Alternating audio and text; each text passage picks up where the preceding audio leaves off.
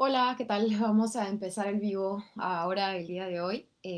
Como siempre comentábamos, estamos todos los viernes, ya estamos en Facebook y en Instagram, todos los viernes a partir de las 8 de la noche vamos a arrancar este espacio en donde vamos a conversar sobre ciertos temas. Yo, de hecho, no dejé una cajita de preguntas para que ustedes puedan poner alguna de sus inquietudes, porque de hecho tengo inquietudes que me sobraron de la vez pasada que no pude responder. Tengo algunas preguntas que igual me mandan a través de mensajes directos, las he apuntado.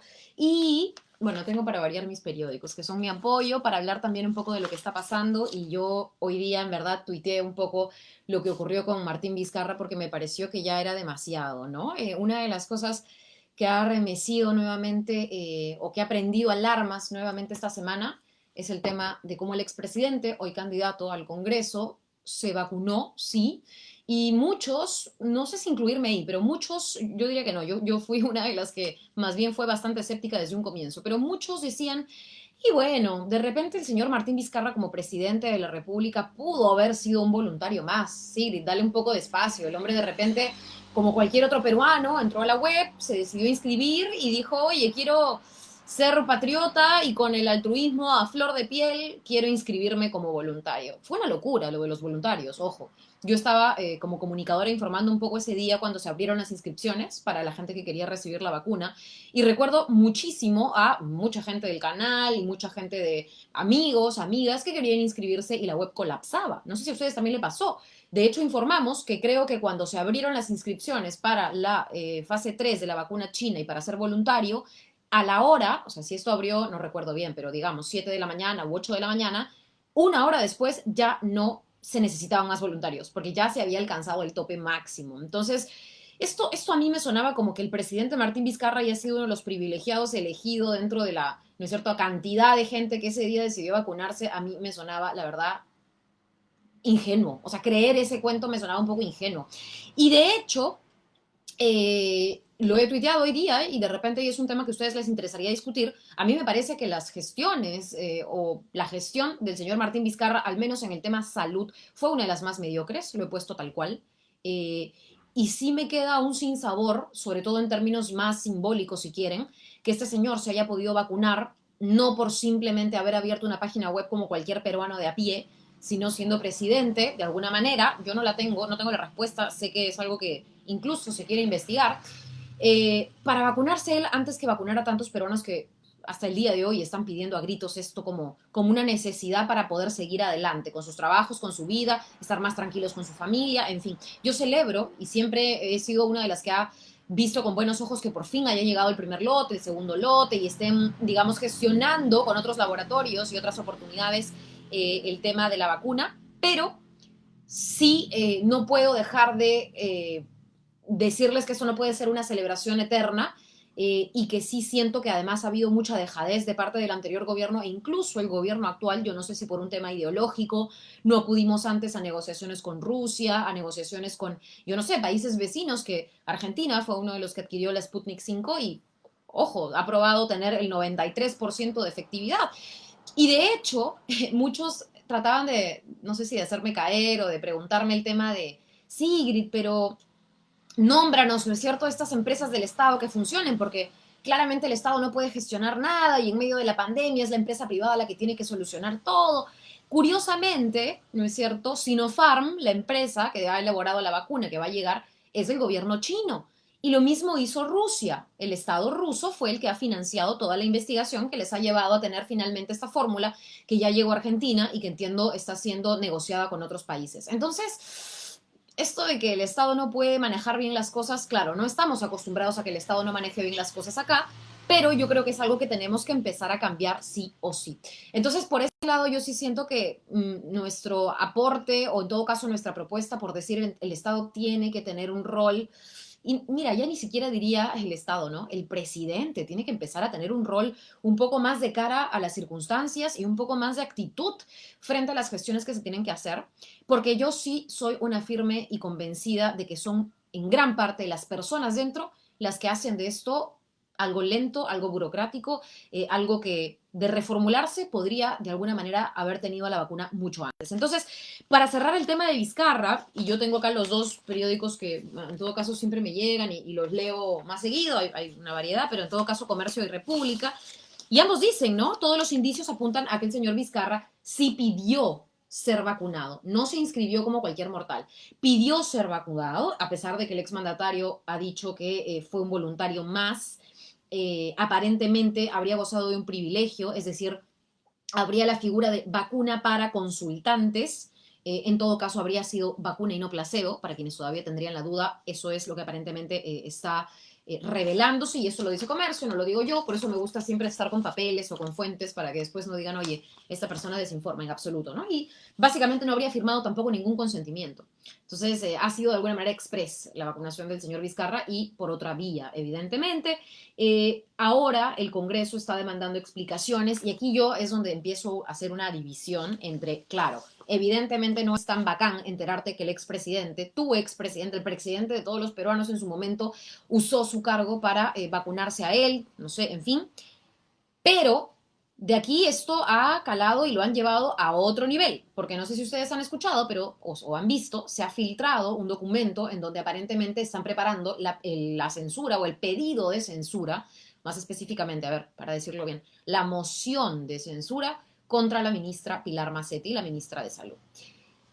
A ver, me podrán preguntar, Sigrid, ¿qué opinas de la gestión de Pilar Macetti? Sí, hola, Ciperplop. Sí voy a responder preguntas. Permíteme, termino este tema y ya ahora nos conversamos, nos abrimos más a la conversación de si quieren y otras cosas. Pero ustedes me pueden preguntar, Sigrid, ¿qué opinas o cómo evalúas la gestión de Pilar Macetti? Yo sinceramente no creo que sea una buena gestión, pero sí siento que tampoco cuando hablamos de pandemia podemos hablar de una mala gestión en cuanto a pandemia solo, ¿no es cierto?, apoyándonos en Pilar Macetti. O sea, si ha habido una mala gestión durante la pandemia, si no se ha hecho una cuarentena, ¿no es cierto?, como debería ser a medida de las circunstancias, a medida de las características de nuestro país, de su vivienda, de su gente, si no se ha hecho, ¿no es cierto?, un confinamiento responsable, si no se ha dado un mensaje claro a la gente, si no hay de alguna manera un protocolo médico incluso a seguir estandarizado, no solamente es responsabilidad de la señora Macetti, ¿no? Yo sí siento, y por eso me gusta poner las cosas bien claras, yo no soy devota de ningún ministro actual ni de ningún ministro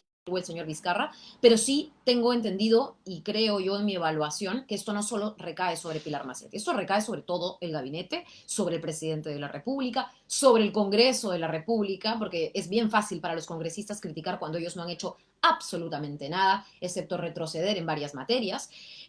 Entonces, esa sería mi respuesta si ustedes me consultan ahora mismo qué opinan sobre la gestión de Pilar Macetti. Yo opino que ha sido mediocre, igual que la gestión del resto de personas que están en un gabinete que debería trabajar en conjunto. El ministro de Vivienda, asegurar que la gente tenga dónde pasar la cuarentena, ¿no es cierto? MIDIS, asegurar que los programas sociales no solo lleguen, sino ampliar y mejorar sus métodos de focalización.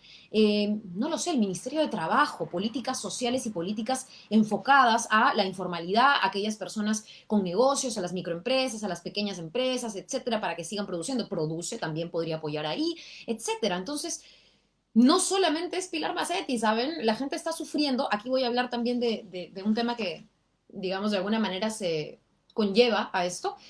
Pero no solamente es Pilar Macetti, sino que en realidad es todo el conjunto de autoridades. Entonces, sobre lo de Vizcarra, deleznable, pero de ahí a querer censurar a la ministra de Salud, me parece un aprovechamiento político cruel en medio de una coyuntura en donde ellos, y digo ellos porque son los mismos golpistas, de repente se ha sumado de manera más visible ahora el partido del señor César Acuña, porque APP, Alianza por el Progreso, es el partido que está pidiendo la cabeza de la señora Macetti, César Combina y otros han estado tuiteando, representantes de Alianza para el Progreso. Entonces, son los golpistas de siempre los que ahora quieren nuevamente sacar a la ministra de Salud. Entonces, yo no veo ahí una buena intención en decir la señora tiene que pagar por su responsabilidad. Yo lo que es, alguien me dice, a ver, voy a leer ya, aquí me dice, alguien deja de criticar.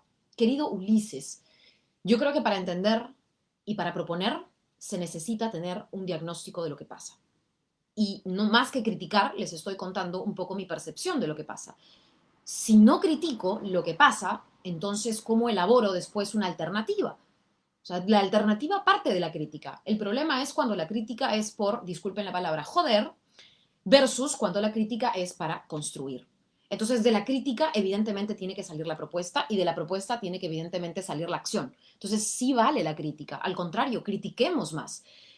La vez pasada y la semana pasada fui una de las que, y digo una de las que porque hubo mucha gente, una de las que criticó el protocolo sanitario del plan de vacunación y gracias a la crítica de varias organizaciones, en donde creo puse un granito de arena y no me molesta decirlo porque también siento que hay que de alguna manera nosotros mismos pequeñas victorias, el MINSA tuvo que retroceder. La crítica constructiva hizo que el MINSA dijera, tienen razón, tenemos que reformular esta directiva sanitaria y hacer que la gente con VIH, ¿no es cierto? O la gente con leucemia u otro tipo de enfermedades se vacune, porque sí se puede vacunar. Eso lo ha dicho ahora el Ministerio de Salud. Sin la crítica, el Ministerio de Salud hubiera seguido con una directiva que lamentablemente dejaba espacio a la discriminación. Entonces, esa crítica genera resultados y es valiosa. Ahora, no dejo de dar propuestas. Ojo, vamos a ver, para la gente que tiene mis propuestas, por cierto, están colgadas en varios lados. Yo he propuesto mucho sobre el tema laboral, hemos propuesto mucho sobre el tema de salud. De hecho, una de nuestras propuestas, porque veo varios de sus comentarios, no crean que no los leo, es aplicar el artículo 82 de la Ley General de Salud. Y aquí me lleva al siguiente tema. Voy a dejar al señor Vizcarra, que creo tampoco merece tanta atención aquí. ¿Qué sucede con el tema del artículo 82 de la Ley General de Salud? Mi propuesta es aplicarlo, la propuesta de Juntos por el Perú es aplicarlo, y dice lo siguiente, que cuando hay un estado de emergencia por pandemia, o cuando hay una pandemia, mejor dicho, lo que puede hacer y debería hacer el sector privado es poner a disposición del sector público sus insumos, sus herramientas, sus camas, su oxígeno, su industria o lo que tenga, de alguna manera, eh, a manos del aparato público para que se pueda utilizar y salvar vidas en pro de la gente. Propuesta.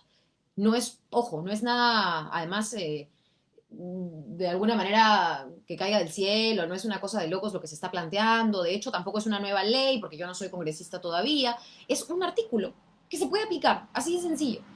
Y eso, lo único que requiere y lo único que se necesita para hacerlo es voluntad, es correa, y es lo que les decía, tener autoridad dentro de la política. Yo creo que muy pocos políticos tienen el respeto y la autoridad de la empresa privada porque lo han dejado de lado, porque no se han dado de alguna manera a respetar y eso es una de las cosas que falta mucho. Entonces, yo quería hablar del tema del artículo 82 de la Ley General de Salud y cómo los privados ponen a disposición, ¿no es cierto?, todos sus insumos para que el sector público los administre en pro de la gente más vulnerable y de aquellos que más lo necesiten, por lo siguiente.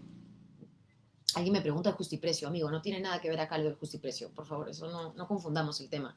Sigamos hablando del tema salud porque al menos hoy creo que es una de las cosas más importantes y que nos convoca.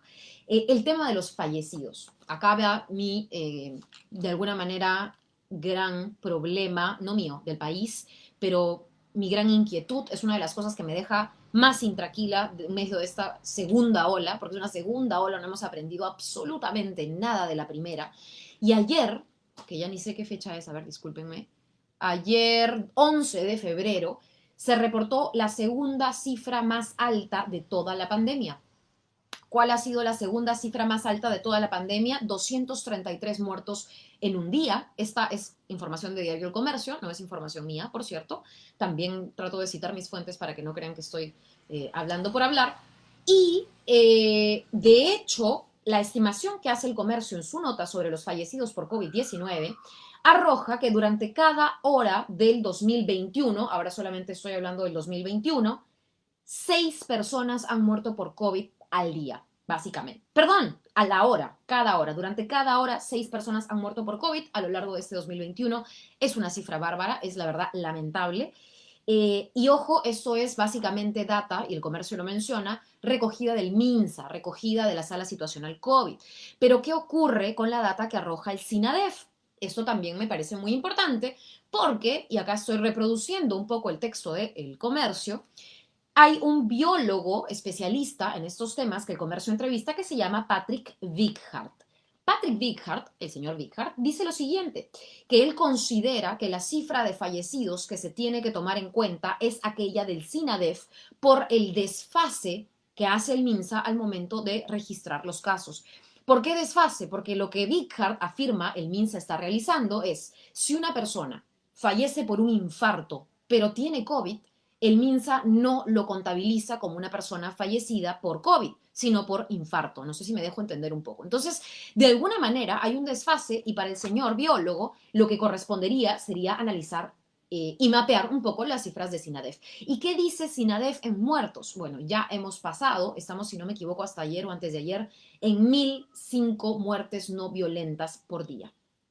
Más de 1.000. Ya pasamos la barrera de 1.000 fallecidos, en este caso 1.005 fallecidos por muerte no violenta registrada en el SINADEF diaria, por día, por cada 24 horas. Entonces, si esto no es para preocuparse, díganme ustedes qué cosa sí. La verdad es que yo siento que las cosas están bastante graves hoy por hoy con el tema del COVID. No hay que tomar esto como una broma y creo que varios ya nos empezamos a dar cuenta de que aquellas personas que no enfrentaron esta enfermedad en la primera ola, pues ahora están empezando a contagiarse, que es, entre comillas, lo natural si todos tuvieran el acceso a salud, el acceso a este derecho por igual.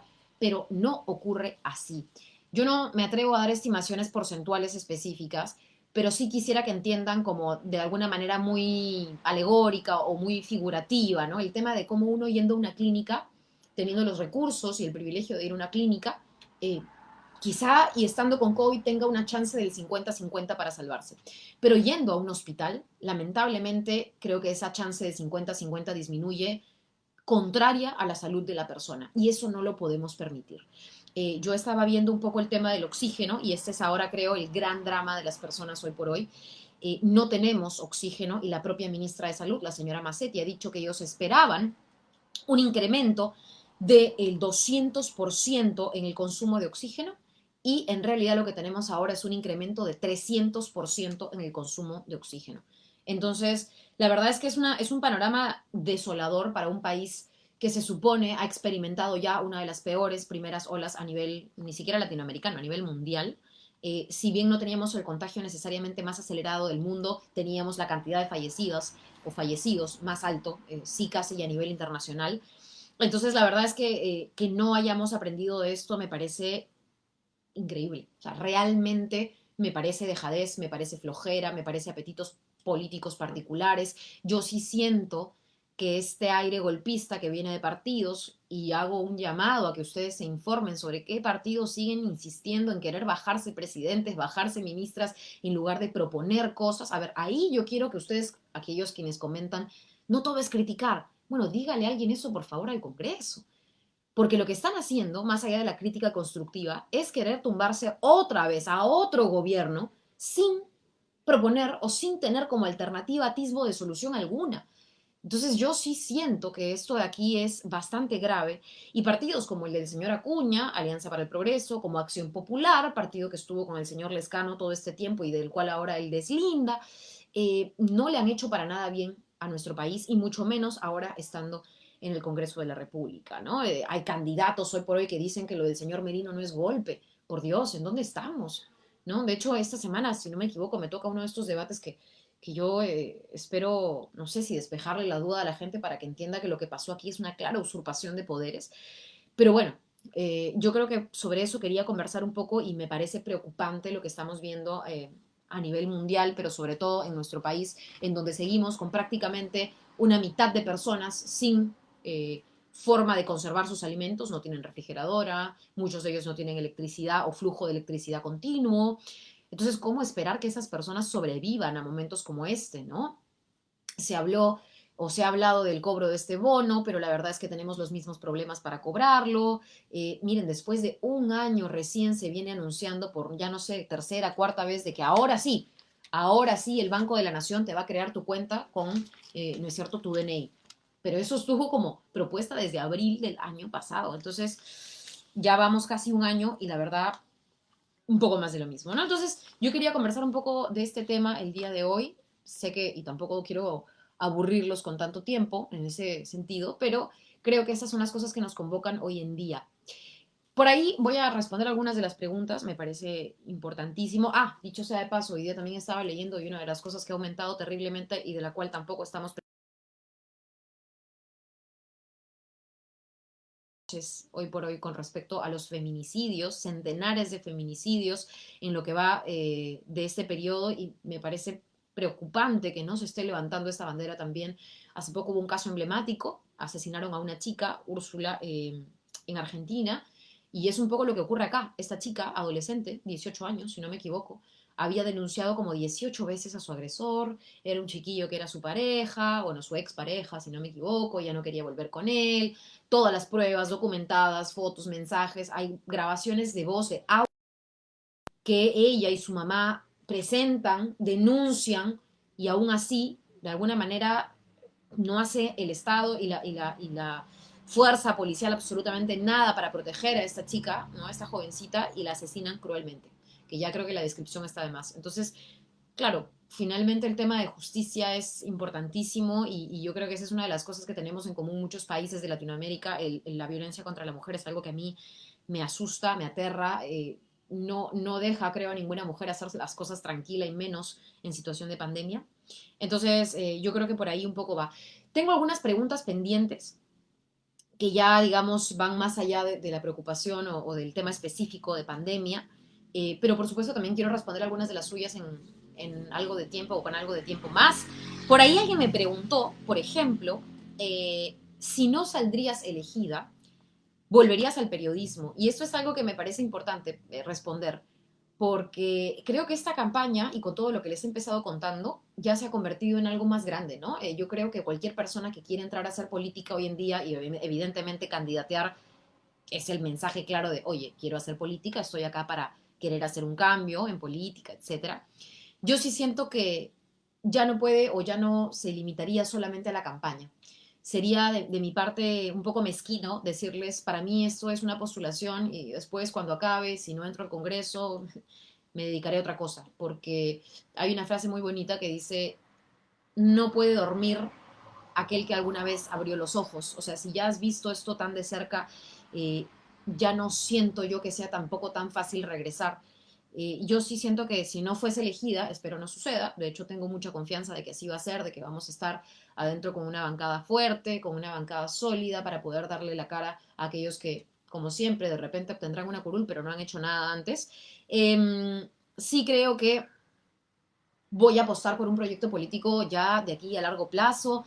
Siento que mi activismo, que además lo he tenido hace muchos años, se ha transformado de alguna manera en una forma más activa de poder, activa y propositiva de poder hacer las cosas. Entonces, en ese sentido, por ahí alguien me dice, ¿te dedicarías a la política? Pues sí, yo creo que por ahí va la respuesta, ¿no?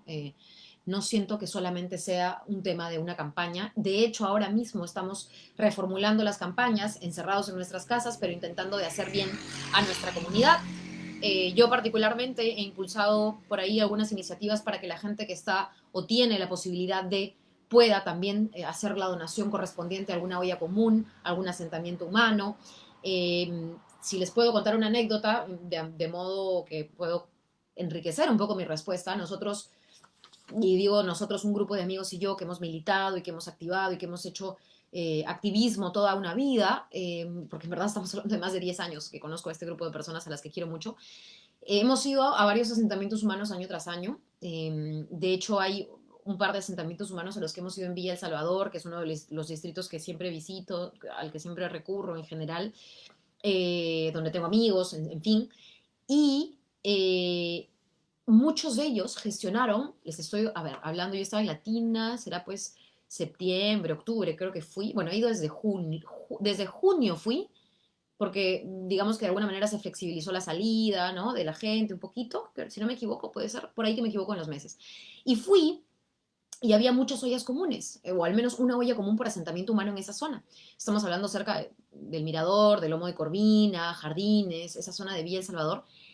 Eh, y hice una campaña solidaria para donaciones para que la gente pueda aportar, ya sea económicamente o en víveres, a esas ollas comunes. Bueno, estamos hablando de septiembre, más o menos del año pasado, desde junio, julio, agosto, septiembre, todos esos meses ya sabía de las ollas comunes, pero creo que en septiembre, octubre lanzó la campaña, se reciben algunas donaciones, se les dio frazadas también a las personas por el frío, en fin. La verdad es que fue una campaña, una actividad, digamos, de alguna manera en redes muy bonita, muy solidaria. Eh, y ahora, hasta hace poco, en enero, que hemos además, no se imaginan ustedes la cantidad de cosas que hemos hecho en enero. Yo extraño mucho enero porque fue un momento, un mes de mucha campaña, de mucho interactuar con la gente, de lejitos y todo, pero de ver la reacción de las personas cuando se enteraban, ah, la chica que conducía, te estás postulando, qué bien. Otra gente que decía, ah, no, qué mal, yo te prefería en la tele, lo que fuere. Pero era de alguna manera una retroalimentación muy rica. Y regresamos a Villa y conversábamos con estas ollas comunes. Algunas de ellas se convirtieron en comedores populares, lo cual la verdad, y no les puedo expresar a través de un celular o una laptop la alegría que nos da que eso haya ocurrido. Es un paso grande, en verdad, que una olla común pueda constituirse en un comedor.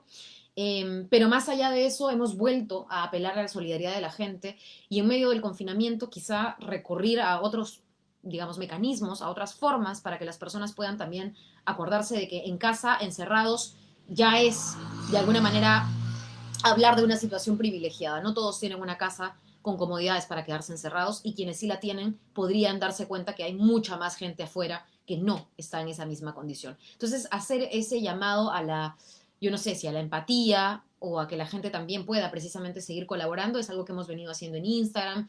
De hecho, y para quienes quieren ir más allá y no solamente les interesa un poco seguir a Sigrid o ver mi página o las cosas que publico en Facebook, en Instagram, en Twitter, qué sé yo, en la Municipalidad de Lima, les mentiría, no sé exactamente cuándo se hizo esta iniciativa, pero me imagino se va actualizando.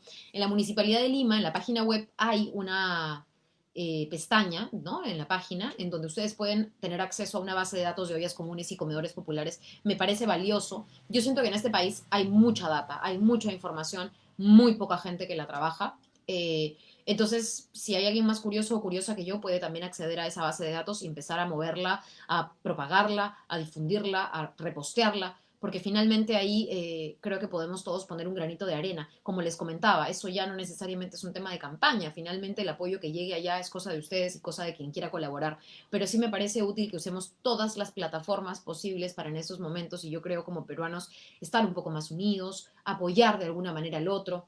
Yo creo que por ahí va un poco la cosa en términos de campaña, que se ha convertido también en campaña slash qué más podemos hacer aquellos que tenemos de alguna manera ahí el foco, ¿no? Y en el caso de los candidatos, seguro, y yo aprovecho cada vez que estoy en un medio de comunicación para denunciar algún abuso.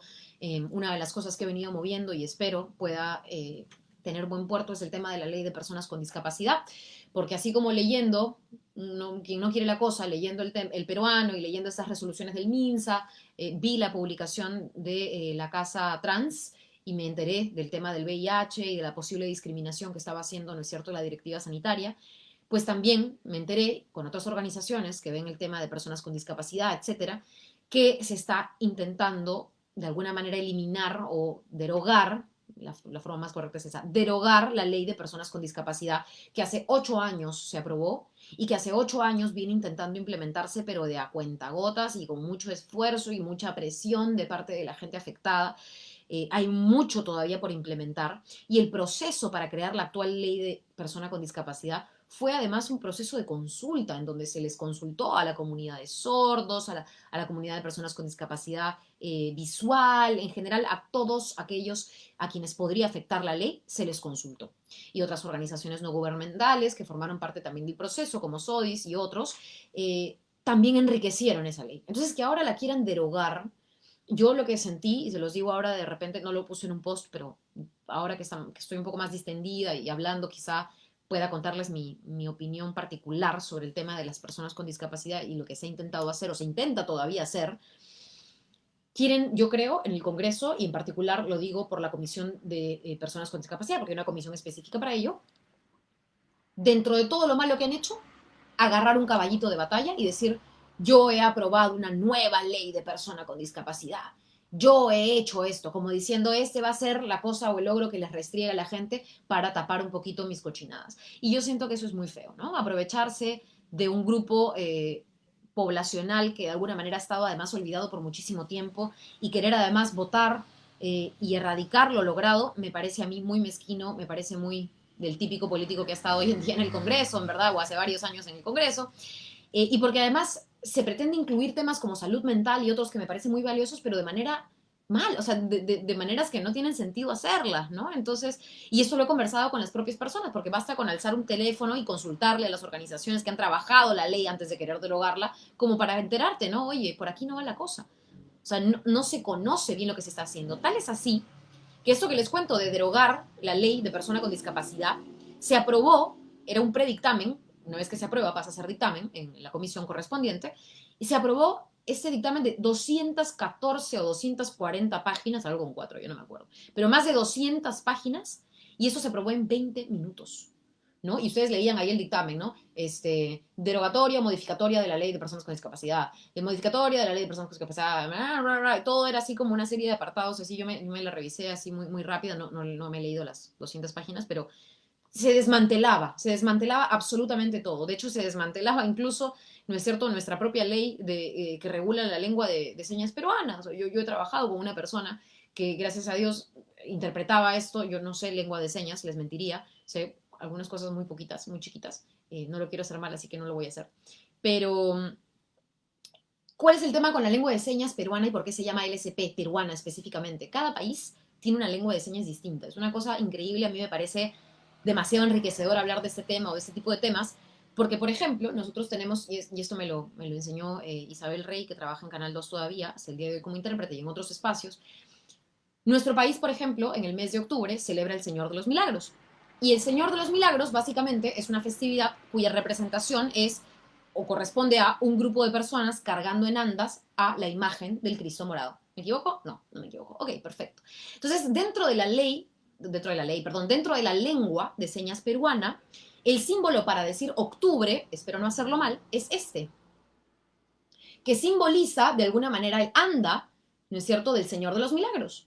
Ese es el símbolo, o digo mal al decir símbolo, esa es la seña dentro de la lengua de señas para octubre. Entonces, es una locura porque, claro, octubre en cualquier otro país tendrá una seña distinta, pero en el caso peruano es ese específicamente. Es tan valioso entender estas características tan particulares de una lengua que además sirve no solamente para comunicarle las noticias, lo que ocurre, ¿no es cierto?, a toda la comunidad de sordos de nuestro país, sino que además no solamente es noticias, no solamente es comunicación. Estamos hablando, por ejemplo, de acceso a la justicia, acceso a un trabajo, oigan, acceso a una vida digna. Una persona con discapacidad, que no es un discapacitado, dicho sea de paso, muy mal usado el término discapacitado, nadie es discapacitado, pero una persona con discapacidad, en este caso, necesita poder desenvolverse como cualquier otro ciudadano, necesita poder gozar de esa vida digna que hace cualquier otra persona. Entonces, yo sí creo que aquí no reconocer la lengua de señas peruana no está para empezar en la Constitución, tiene una ley y ya, pero además de eso se la quieren tumbar junto con toda la ley de personas con discapacidad. O sea, a mí me parecía eso bárbaro, hice un video para denunciarlo. La verdad es que estoy tratando de en medio de este confinamiento también ser de alguna manera una herramienta o un apoyo o un canal para visibilizar tantas de las demandas que hoy en día no solamente no se están visibilizando, sino que en realidad son cosas que se están destruyendo. O sea, ni siquiera es que los poderes fácticos y los poderes políticos ahora ignoran esas problemáticas, sino que no solamente las ignoran, sino que en algunos casos las buscan destruir y estamos retrocediendo. No podemos retroceder. O sea, yo creo que esa es una cosa básica. No podemos retroceder en los logros, en las cosas que hemos conquistado hasta el día de hoy. Entonces yo sí siento que es muy valioso esto como agenda a la no discriminación, a poder luchar por las personas con discapacidad, a poder mover la agenda de la riqueza cultural afroperuana que tenemos, ¿no es cierto? A poder ser un partido que ponga en discusión temas que abordan a la comunidad LGTBIQ. Entonces yo sí siento que esas cosas, por ejemplo, conmigo, yo no voy a tener de alguna manera reparo en mencionarlas. A veces siento que yo tengo una entrevista, por ejemplo, en algún medio, quizá algún medio conservador, y me preguntan digamos, con una cara además que se les transforma un poco a los entrevistadores. ¿Y qué opinas sobre el matrimonio civil o el matrimonio igualitario? ¿Y qué opinas sobre, pucha, no sé, el aborto y tal cosa? Yo, y lo he dicho en más de una ocasión, no quiero que todo el vivo se me vaya en este tema, pero creo que la verdad es que me parecía importante porque algunas de sus preguntas tenían que ver con propuestas hacia mujeres, temas como estos. No tengan miedo al preguntarle a un candidato sobre su postura ni sientan que el candidato va a dudar al momento de responderles. Cuando ustedes o el entrevistador o la entrevistadora que ustedes están viendo sientan, ¿no es cierto?, que al preguntarle algo a ese candidato o candidata es para hacerlo dudar, no recomendaría de alguna manera depositar su confianza en esa persona. Porque yo no tengo por qué dudar o yo no tengo por qué calibrar una respuesta en tal o cual lugar. Yo no tengo por qué calcular si le va a gustar a la gente que va a votar por mí tal o cual cosa. Yo creo que ese miedo, ese temorcillo ya lo perdimos, varios de nosotros, al poder decir nuestras opiniones de manera muy franca y si lamentablemente alguien no coincide, pues de eso se trata también la democracia, de eso se trata también el poder discutir las cosas. Yo apostaría en todo caso y lo que me encantaría que suceda es que si alguien no está de acuerdo con muchas de las cosas que se plantea, se lo diga a la persona, en este caso a mí, y entablemos una hermosa conversación y un fructífero debate. O sea, eso debería ser. De eso se trata, no de esparcir odio, sino de esparcir críticas. De hecho, yo he recibido algunas críticas que siento me han ayudado a crecer. He dado, esto lo voy a decir y me parece bacán, he dado hasta ahora algunas entrevistas y he hecho o he formado parte de algunos debates que siento me han hecho crecer también. Y me alegro, incluso cuando me chancan, pero me chancan de una manera informada, y creo que algunas personas se habrán dado cuenta o lo saben de primera mano, me alegro cuando esas cosas pasan porque siento que nos ayudan a mejorar, nos ayudan a fortalecer nuestras propuestas, nos ayudan a mejorar nuestros argumentos, en fin. Entonces, a toda la gente que puede esparcir comentarios de odio, traten de cambiar un poquito su enfoque, ¿no? Siempre y cuando no sean trolls pagados, que esos ya sabemos existen pululando por ahí, pero traten un poquito de cambiar su enfoque, ¿no? Quizá apunten más hacia la crítica constructiva antes que a el troleo desmedido de odio. Y yo quería cerrar, porque ya he tocado varios temas el día de hoy, con uno de los temas de la entrevista a Rosa María Palacios, que fue muy comentada, muy debatida y qué sé yo. Eh, el problema con estas entrevistas, yo no voy a dejar de dar entrevistas. Y yo no voy a dejar de salir a debatir. A mí me encanta, es lo que me gusta hacer. De hecho, por eso también entro en política, porque confrontar de manera sana las ideas es algo que me entusiasma mucho. Ojalá y pueda hacerlo desde el Congreso de manera responsable y no sobre tonterías, discúlpenme, pero es así. Y una de las cosas que se tergiversaba mucho es porque, claro, cuando uno escucha un pedacito de una entrevista, hay quienes decían, qué injustos son con Rosa María porque han puesto solo el fragmento tal. Y hay quienes decían, qué injustos son con Sigrid porque han puesto solo el fragmento donde Rosa María dice tal otra cosa. Y sí, pues claro, es que escuchando solo un fragmentito, las cosas y el teléfono malogrado termina en cualquier cosa que no fue. Yo les recomendaría, para quienes tengan tiempo, para quienes puedan, para quienes están conectados y les interesa, ¿no es cierto?, mi candidatura, lo que digo, mis propuestas, alguna vez cuando vean un video viral de estos que duran 1 minuto, 30 segundos, 20, ahora no sé si se han dado cuenta, pero cada vez es más difícil poner algo en Instagram o en Facebook o en TikTok, porque para poder hacer un reel tiene que durar 30 segundos, para poder hacer un TikTok tiene que durar máximo 60. Para poder tener un IGTV, es una locura. Yo la verdad, esto de la inmediatez de las redes sociales me pasa un poco de vueltas.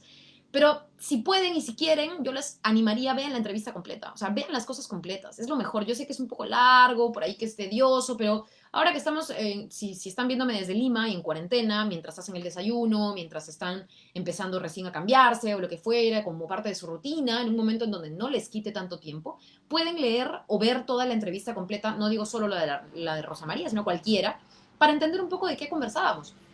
Porque más allá de lo de las bambas, la señora Rosa María Palacios, con quien yo he trabajado, y la verdad es que no tengo ninguna animadversión contra ella, pero sí siento que a veces la realidad y uno no se acerca mucho a la realidad y ahí es donde... Porque, a ver, estamos hablando de personas que yo misma admito, ¿no? Venimos y tenemos ciertos privilegios, el poder postular y tener una candidatura, ¿no es cierto? Hoy en día, el poder estar sana, oigan, de verdad, el poder estar sano, yo agradezco mucho eso todos los días, es un privilegio. Entonces, pero la diferencia es qué haces con eso, ¿no? ¿Qué haces desde tu comodidad? Y yo siento que hay personas que no hacen mucho, entonces, ve. No se trata de que Rosa María me preguntara sobre si en las bambas hay casos de plomo. No, lo decía en genérico. Y no solamente lo decía en genérico, sino que mencionó una frase, la verdad, muy desafortunada, porque dijo, ese es un cuento para meterle miedo a niños de izquierda. Entonces, a ver, yo usar a los niños de esa manera a mí me parece, o me pareció feo, yo le intento de alguna manera de responder, evidentemente, y por el internet, no sé si ustedes escuchan mi voz ahí, que yo seguía hablando, y Rosa María decía, no, pero eso no existe, no existe, no existe. Oigan, hasta incluso en las bambas, y yo he colgado ahí el informe que han realizado Ojo Público y diversos medios de comunicación, como el propio Comercio y República, ¿no es cierto?, que son, o sea, son los diarios más leídos y comentados, hay denuncias incluso en las bambas por estos casos. Entonces, y bueno, ya puedo extenderme más allá porque les comento que si ven la entrevista completa se van a dar cuenta que todo iba más allá. En general ella hablaba de el mito de la gente con plomo. Eso ya no ocurre, porque yo le hacía referencia e ilusión a que, pese a que ahora tenemos un PAMA, pese a que ahora tenemos una legislación medioambiental, se supone mucho más sólida, yo siento que en los noventas y lo que pasa hoy con el tema del daño y del impacto nocivo al medio ambiente de parte de las industrias extractivas, pues es el mismo, no se ha mejorado, no se ha hecho nada, y yo no soy una persona contraria a la minería, ni al desarrollo del país, ni lo que fuere, yo soy una persona a favor de cualquier actividad que se haga de manera responsable, ¿no? Entonces, nada, el ejemplo de alguna manera más emblemático está en el Callao. O sea, estamos hablando de 200 niños de mi Perú y del asentamiento humano de Virgen de la Guadalupe, si no me equivoco, Virgen de Guadalupe, que van a este colegio y los 200 niños salieron con niveles de metales pesados en la sangre pues elevadísimos. Y estamos hablando del Callao. De ahí podemos seguir con Euroya, Cerro de Pasco, casos emblemáticos, etcétera. Pero ¿no? Es como, pongo otro ejemplo, que también se discutió con Rosa María, pero no le hicieron el cortecito de los 30 segundos para que la gente que no se ve la entrevista completa lo lea, pero otra de las discusiones que tuvimos un poquito así como fuertes fue sobre el tema del trabajo, porque yo sí tengo una mirada muy particular sobre cómo las cosas en el sector laboral aquí tienen que dar un giro, porque si no va a ser más de lo mismo. Y ella, por ejemplo, ha venido diciendo eso, yo he debatido, es más, pueden googlear. Ahí está, les invito, porque yo debatí con ella hace más de 5 años, si no me equivoco, hace 5 años, sobre la ley Pulpín. Ella y yo trabajábamos en Radio Exitosa, yo era locutora en Radio Exitosa también, estuve casi 2 años ahí trabajando, dicho sea de paso. Ella también tenía su programa y nos juntaron a las dos conductoras a debatir, imagínense, fue bacán, a mí me gustan esas cosas, la verdad. Me parece que me han hecho crecer y poder debatir con alguien como Rosa María, que más allá de que opinemos igual o no, en particular yo difiero con ella y discrepo mucho con ella, sí siento que es bacán poder debatir. Debatimos sobre la ley Pulpín y ella siempre ha tenido un discurso sobre el tema laboral en donde para ella trabajo es trabajo y punto. Y para mí no, pues. O sea, para mí un trabajo de más de 12 horas bajo el sol y con un sueldo de mentira, sin vacaciones, sin beneficios sociales, sin que después puedas reclamar una pensión digna, para mí eso no es trabajo, pues. Y yo creo que ese es un enfoque, no quiero estereotipar, yo tengo en mi equipo incluso abogados a los que quiero mucho, abogadas, laboralistas, no sé, gente que estimo mucho y etcétera, entonces no quiero estereotipar a la profesión, pero de repente y para algunos abogados la cosa se ciñe tanto a la norma, ¿no? Que como trabajo es simplemente ir a un lugar y tener un contrato, pues ya automáticamente todo se convierte en trabajo y está bien, y es generación de empleo y es bueno. Pero aquí no estamos entendiendo la precisamente multidimensión de lo que es subempleo, de lo que es trabajo precario. Entonces yo sí siento que aquí lo que tenemos que apuntar es a reformular eso. Yo le decía a Rosa María, yo siento que hay muchos regímenes laborales anquilosados en el tiempo que constituyen la esclavitud del siglo XXI, que es una de las frases con las cuales protestamos mucho durante la ley Pulpín. ¿No? Esto de pagar el derecho de piso que se ha normalizado, esto de esclavizar a la gente y tenerla encerrada bajo llave, es una barbaridad, la gente termina muriendo encerrada, la gente termina en un McDonald's, que uno pensaría es el oficio más inocuo, más menos dañino, menos peligroso, no lo sé, gente fallece ahí, es terrible, es atroz. Yo no sé cómo eso se le puede llamar trabajo, ¿no? Entonces, de alguna manera creo que, y ese es mi último mensaje, vamos a seguir con la campaña virtual, pero también vamos a seguir con los mensajes positivos. A mí, la verdad, y les soy honesta, ya estoy acostumbradísima, no me afecta en absoluto las críticas y no solo las críticas, los insultos se han convertido en cosa del día a día y creo que van hacia todo el mundo y con todo el mundo van y vienen. Y no me afecta, así que voy a seguir haciendo lo mío. Vamos a seguir como equipo trabajando para llevarles a ustedes información, pero también propuestas y también críticas, porque no nos van a callar de alguna manera en este momento tan importante en donde más bien se necesita mucho presionar para seguir construyendo. De lo contrario, tendríamos a los mismos golpistas en el Congreso intentando vacar todos los días a la ministra y al presidente y Dios sabe quién más. Entonces, nada, creo que seamos parte de una misma ciudadanía consciente. Creo que ese sería mi llamado con el cual podría terminar el vivo de ahora. Daniel Mendoza, respuestas a las preguntas. A ver, tienes unos minutos para que me preguntes, porque solo me estás poniendo ahí que responda, pero no me dices cuál es tu pregunta. Y bueno, el resto de comentarios que estoy leyendo son comentarios. Así que el aborto, yo estoy a favor del aborto, sí, Lulú, lo he comentado en más de una oportunidad. Eh, y Limier, Sigrid, ¿por qué tendría que creerte a ti? Bueno, mi respuesta es porque no tendrías que creerme a mí y porque sí tendrías que creer a algún otro candidato de otro partido que ya ha tenido una chance en este Congreso y no ha hecho nada. Un poco por ahí iría mi respuesta, ¿no? Y bueno, el resto son comentarios. Aquí en Facebook también, de alguna manera, Alguien me dice, mejor abre un programa de espectáculos. No, no, gracias, no es mi vocación. Eso, ahí sí no me van a ver, a menos que sea como invitada para hablar de algún tema importante, pero no, no me van a ver mucho por ahí. Eh, no miras los comentarios. Jaime, estoy mirando tu comentario y he visto que has copiado 4 veces. 10 veces no miro los comentarios. Bueno, no hace falta ponerlo tantas veces. Gracias, Jaime, un saludo. Eh, Lexi dice, bueno, no es perfecta. Gracias, Lexi. Siempre. Nadie es perfecto. No confíen en alguien que les venda perfección. Nadie es perfecto. Nadie tiene todo solucionado. Nadie les va... aquella persona que les dice, te voy a dar casa, agua, luz mañana cuando me elijas, esa persona les está mintiendo. O sea, ese tipo de campañas no son campañas en las que yo les diría tampoco a nadie, confía. O sea, no, ¿no? Yo creo que hay que desconfiar un poquito también de tanta buena nueva entre los candidatos que van, y yo he visto mucho eso, aló, señor Forsyth, que no sale a declarar a los medios, no sale a cuestionar las críticas, pero cuando hace su campaña de a pie, le dice a la gente, yo te voy a dar tu título, yo te voy a dar tu casita, yo te voy a dar esto. Ay, por favor, o sea, ya. No, yo creo que ya hemos tenido bastantes campañas así, ya más o menos hemos entendido de dónde vienen. Por ahí Caicedo me dice mermelera. A quién Caicedo? ¿A quién le diría mermelada de quién? A ver, ¿quién? Si ya no tengo chamba, ahorita estoy candidateando. Estoy de alguna manera con mis ahorros financiando mi campaña. ¿Mermelada de quién? No, no entiendo esto. La verdad es una locura que sigan usando ese insulto. ¿O será que ya no lo entiendo, no? No. Ya, bueno, por ahí alguien pregunta por mi perrito. Muchas gracias, está muy bien mi perrita.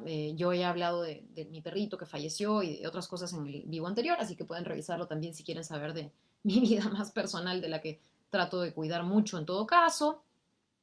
Luis Enrique dice, entonces mejor no extraemos nada y dejamos todo tirado. No, Luis Enrique, no se trata de eso. Es que sí hay proyectos que han avanzado, pero el problema es que se quiere imponer un proyecto sin trabajo con la gente y mucha de esa gente es afectada de manera negativa. Entonces yo creo que es verle el lado social y el lado humano a la actividad extractiva. Es eso, es tan sencillo, no es tan complicado, ¿no? Entonces no se trata de no hacer nada. Créeme que eso es lo último que yo propondría porque entiendo que la minería es una de las actividades que más aporta al PBI. No soy tonta tampoco, ¿no? No, no quiero, o sea, ¿para qué querría yo mandar todo al hoyo? En fin, hay alguien que está usando insultos, lo siento, no te voy a contestar. No contesto a gente que me habla con insultos. Y por ahí Pepe Castro dice, trolls, vayan a esperar la llamada de su jefa. Bueno, en fin. Gracias a todos. Ojalá y pueda darme más tiempo. Ah, miren, qué curioso, ¿no? Cuando respondo estas cosas, ahí sí más gente se pone y se conecta en vivo. Qué chiste. Así cualquiera. Yanina Correa, sí, grita, apúrate con el sorteo. No, ya no estoy haciendo con eso. Ya no estoy haciendo. Sí, estoy animando a que la gente consuma marcas locales. Me encantaría hacer un poco más de cherry en los emprendimientos, como en algún momento he hecho, porque siento que los emprendimientos son la forma de subsistencia de mucha gente. Tengo amigas que, por ejemplo, han perdido su chamba en planilla y se dedicaban a hacer cosas para venderlas, para parchar el tiempo que se quedaban sin chamba hasta que consigan otra. Me parece muy válido, me parece muy loable y sí me gusta apoyarlas. Ojalá y más adelante pueda seguir apoyándolas ya concreta, pero nada, ¿no? O sea, a mí no me parece eso absolutamente algo malo. Por eso es que leo tu comentario y no me siento ni insultada ni aludida mal, así que todo bien. ¿Qué más? Bueno, les agradezco muchísimo. Llevamos 47 minutos de vivo según mi contador de Facebook. Así que para todas las dudas o consultas, creo que también vale la pena que la próxima vez deje una casilla, tanto en Facebook y una story, con también el cuadradito este, para que ustedes dejen sus consultas y así, a modo de introducción, podamos plantear ciertos temas y a lo largo del vivo poder responder también algunas de sus preguntas. Que ojo, no me corro, al contrario, trato de leerlas siempre, siempre y cuando no sean con mala hazaña y ni insultos ni nada por el estilo. Y sí, Lexi, algo que dices tú en Facebook, de eso se trata, de diferir, de ahí salen las mejores conclusiones. El problema es sobre qué se difiere y sobre qué discutimos. No podemos estar discutiendo mirándonos el ombligo como está haciendo ahorita el Congreso. Tenemos que empezar a discutir sobre cosas que realmente nos den soluciones para la falta de oxígeno, soluciones para las camas que necesita la gente. Y yo creo que ahora el tema pandémico es uno de los más urgentes. Muchísimas gracias por verme y nos conectamos nuevamente el próximo viernes a partir de las 8 de la noche. Vamos a estar ya lanzando de manera inaugural con más pompa de YouTube, porque entiendo que también hay gente que ha pedido poder ver los en vivo por ahí. Así que ya la próxima semana tenemos novedades con mi equipo. Me gusta hablar en plural mucho, ¿no? Pues porque siempre tengo ahí el apoyo de gente muy bacana que me apoya. Los dejo, cuídense mucho, que tengan un feliz viernes y gracias por vernos. Listo.